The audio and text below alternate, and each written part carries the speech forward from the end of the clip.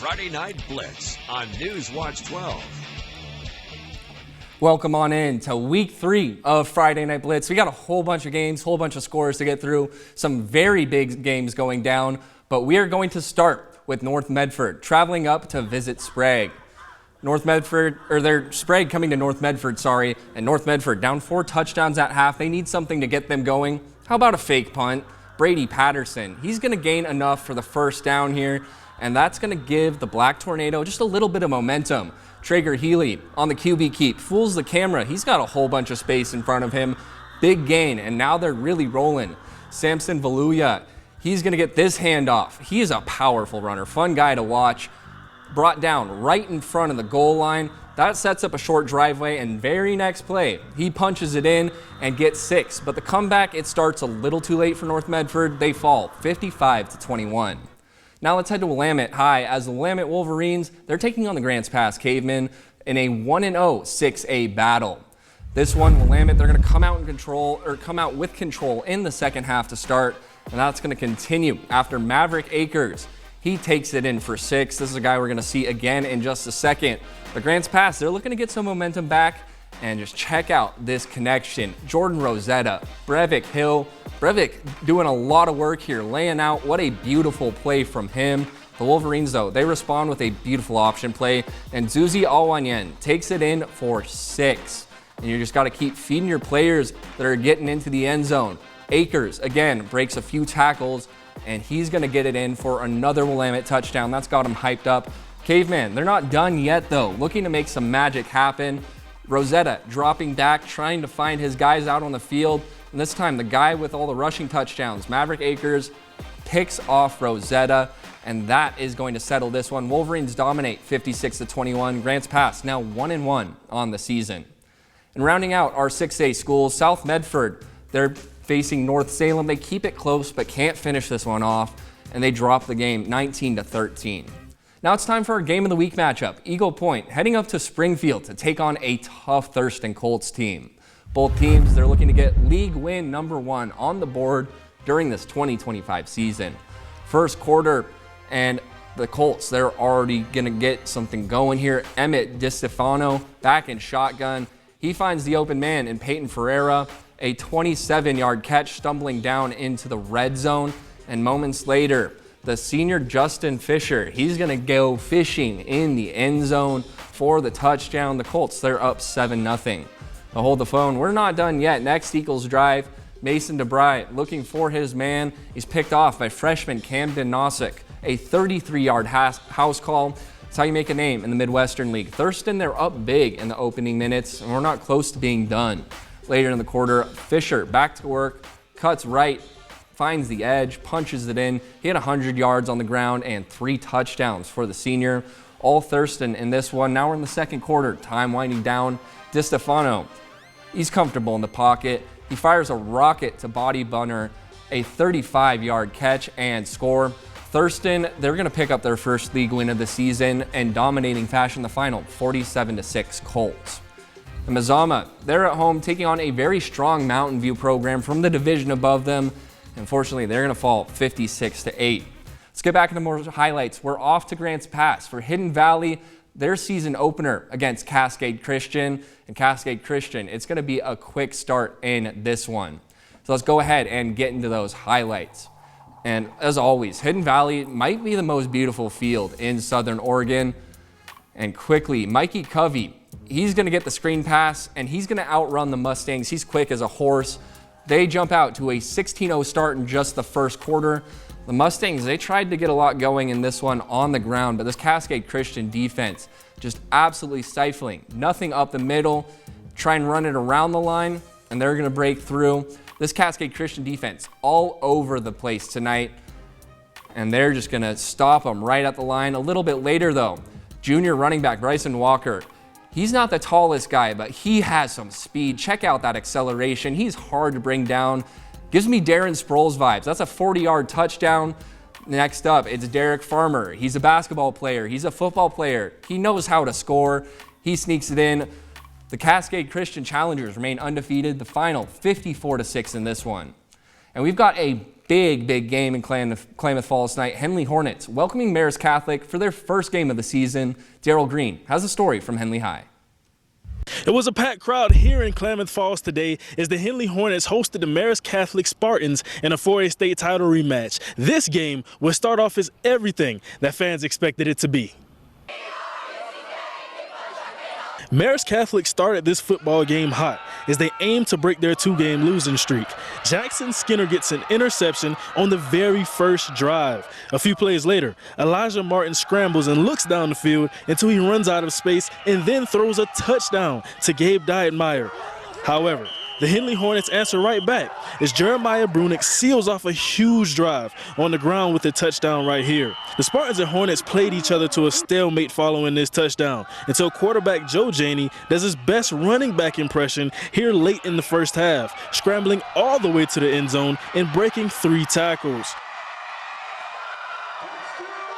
I mean, Marist is a great team. We've played them the last 3 years. In 2023, the state championship game, played them twice last year, and this is the first game this year. So, I mean, Marist is always a great team. They're always going to be a really good team. So I think the mindset is we just got to battle. We just got to go out there and win. Despite a hot start, Marist Catholic could not keep up with Henley's high-powered offense. Henley would go on to win this one, 33-7. Reporting in Klamath Falls, I'm Daryl Green. Now we're going to go ahead and rewind to Thursday night. We got a game in Klamath Falls again. The Klamath Union Pelicans taking on the Lapine Hawks.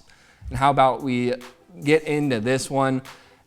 Sorry, we're on a different highlight section here now. This is actually Brookings Harbor versus Pleasant Hill. We're going past the Billy Barn. The Billy's in the lead late. Kevin Hooper straight up the middle. So much, in fact, it even fooled the camera. Sometimes the easiest plays, those are the ones that get us. The Bruins pull within 7, but here come the Billies again. Steven Bounds to Aiden Navarro, and that is a touchdown connection. But Navarro, he goes down. We're hoping he's all right. Pleasant Hill keeping the pressure up. Bounds, quick handoff to Kai Davis, and they punch another one up the gut.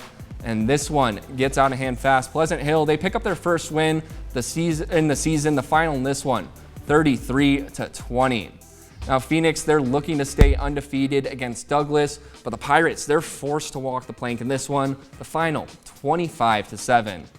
Now we're going to turn back the clock to the game that happened Thursday. We're heading back out to Klamath Falls for Lapine versus Klamath Union. Klamath, they're going to start with the ball, but junior Shea Johnson, he's going to muscle a strip sack here. And you know what's on the other end of that phone? That's right, a house call. Lapine strikes first. But now it's time for the Pelicans to get on the board. Junior QB Reese Johnson, he can sling the ball. He gets it going for Klamath. A long bomb right here to put his team on the board. And now that shoulder's warmed up. Don't know what's going on with the lights there. But his next touchdown, another long ball to senior Gavin Coe. Coe, he gonna score for show. It puts the Pelicans up in this one. And Johnson, he's not done. He's still got ammo in the clip. This time, again to Coe. Just like I said, he's gonna score for sure. And just before half, we got another quick little highlight here. This time, it's gonna be on special teams. PJ Safford, the kicker, he's ready to boot it. Or is he? Pulls a little Pat McAfee here. Gets his own kick, the onside kick, and the Pelicans, they run away with this one, the final 38-10. Now we're gonna head up to Swedislaw, North Valley. They lose a heartbreaker in this one, a 1-point game, a close one.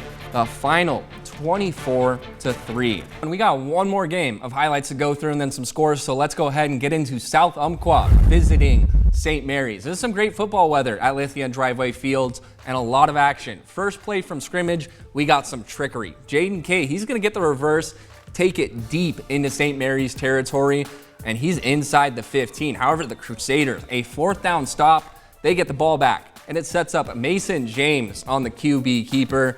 He's gonna have the vision here, fakes the throw. He's got his blockers, and he's gonna get just inside the pylon here to get the lead 7-0 Crusaders. However, ensuing possession for the Lancers, we got another QB keeper, Michael Fisher. He gets his own, fools the camera, and now we're tied at 7.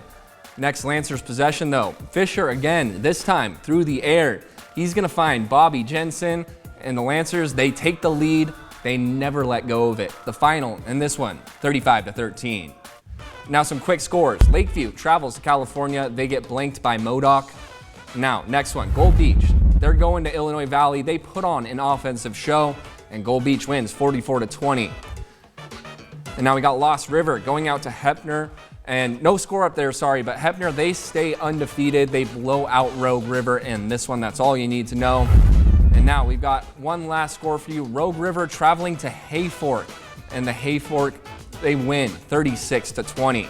So now we've made it through all the games and all the scores. So that means we just got one thing left on this Friday night, and that's right, Play of the Week, presented by John Key Heating and Air Conditioning. Before we get to this week's nominees, let's find out who you voted as the winner in Week 2. And we're going to go ahead and head to Ashland. Colton Hernandez absolutely swings one to Cole Iwamoto, a 66-yard touchdown. The Grizzlies, they score, and even the fans are hyped standing up in front of the camera. Thank you to Kyle Iwamoto for sending that one in.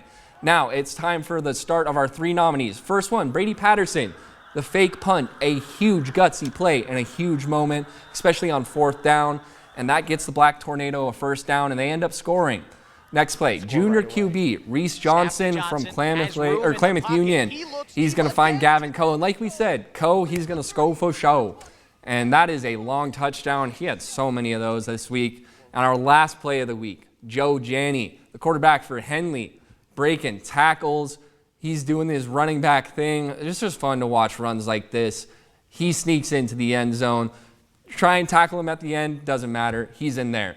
Now, how to vote for our Play of the Week nominees, you're going to head to kdrv.com, click the contest tab, and then you're going to find the high school football Play of the Week, Week 3. You'll be entered to win a $50 prize package, courtesy of John Key Heating and Air Conditioning.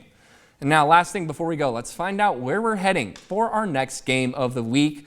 We're going to be heading to Sheldon, North Medford. They're looking to get their first win against the Irish. This should be a good one. Sheldon, always a good team. North Medford, the defending 6A state titleists. So stay tuned for that. Again, channels on the bottom of your screen. But thank you so much for joining us for Friday Night Blitz tonight. You can always find out more about the big games of the week by heading to our website, kdrv.com. Hope you have a great night. And remember, stick back here tomorrow. We got college football game night.